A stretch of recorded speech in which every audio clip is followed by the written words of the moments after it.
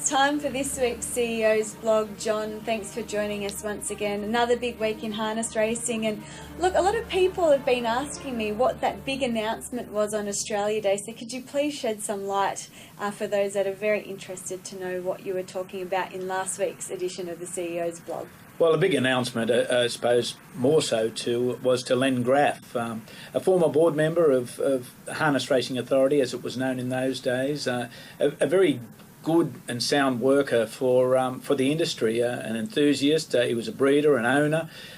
He was on the club at Bathurst as well. And since he's left harness racing, whilst he hasn't, because we've had meetings with him only last year, he's been working very closely with the academies of sport around New South Wales. He's now up in the Hunter region, and it was great to see Len be acknowledged with an award on Australia Day. So for harness racing, we'll take all the ticks. Sounds good. All right, let's talk about Teal Pants. The Teal Pants campaign kicks off tonight at Dubbo for New South Wales. Dubbo, and we want all the girls to win so that we can contribute all that money and break the amount to 50,000 actually, that harness racing and the TAB contributed to the Women's Cancer Foundation. So, girls, we know you'll do your best, and we certainly hope you win plenty of races during the month of February. And of course, we've got our ambassadors out there, but it's every girl that can compete and win will help this cause. Yeah, all the girls seem pretty excited about it. This Sunday, we have a meeting at Orange.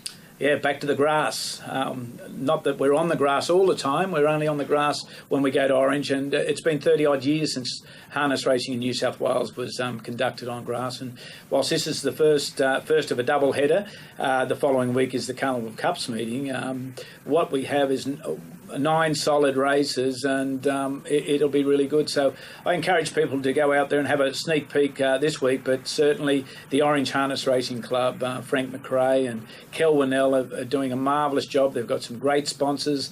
Orange City Council are solidly behind the meetings, and of course we thank Racing New South Wales for allowing us to use Towick Park. Here on the Carnival Cups meeting, they have a drivers' invitational race as well. Well, yes, that's it's basically local girls versus local boys, and I'm not sure whether there'll be a market on it, but probably I'd say the way things are heading, the girls will prevail, and we certainly do. Once again, for Women's Cancer Foundation, and if the girls do prevail in that, the board have endorsed that $1,000 will be added to that Women's Cancer Foundation effort. So, girls, it's up to you well and truly now. Yeah, no pressure. Thank you, John, for this week's edition of the CEO's blog, and we'll catch up again soon.